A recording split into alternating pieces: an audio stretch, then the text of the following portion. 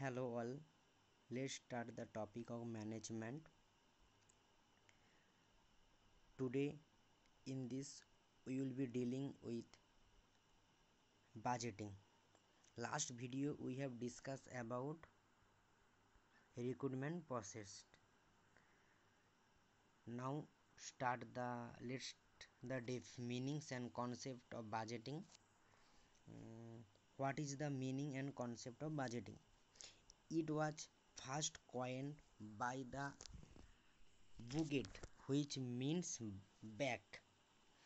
এটা হচ্ছে মানে এর মানেটা হচ্ছে ফার্স্ট কয়েন বা বাজেট, এর মানে বুগেট থেকে এসেছে এই বাজেটিং ওয়ার্ডটা, যার মানে হচ্ছে ব্যাক।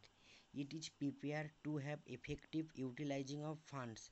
এটা আগে থেকে প্রিপেয়ার করা হয় ইউটিলাইজিং অফ ফান্ডস, মানে ফান্ডকে ইউটিলাইজিং করার জন্য। তারপর কি, it's help to master financial aspect of job. এটা হচ্ছে হেল্প করে master financial aspect of job and remove the problem before it's occur, বা কোনো প্রবলেম ঘটার আগেই এটা তা সলভ করে দেয় budgeting. This is the meaning and concept. Let's the discuss about definition. Definition কি? ইট ইজ কনক্রিয়েট precise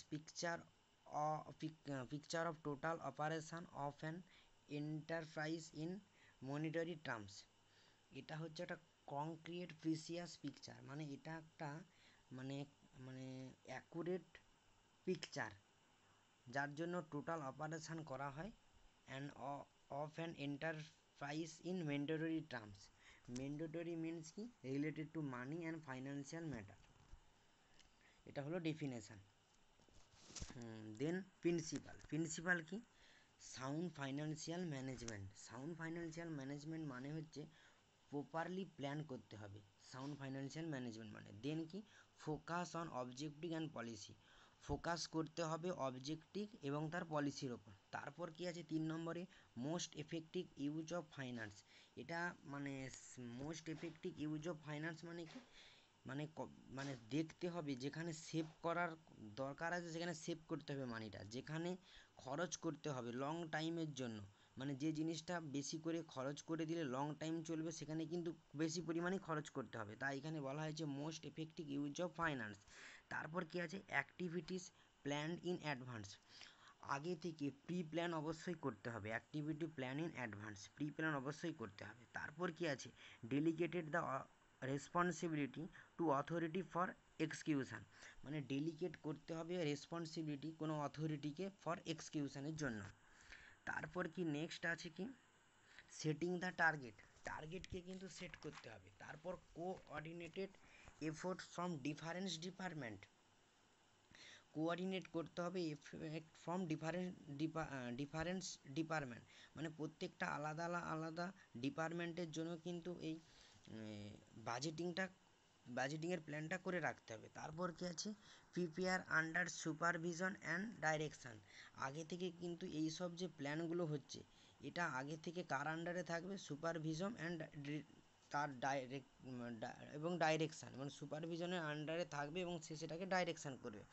তারপর কি? Main classification of budgeting. Main classification of budgeting হচ্ছে 3টা: man power budgeting, capital expenditure budgeting and operating budgeting.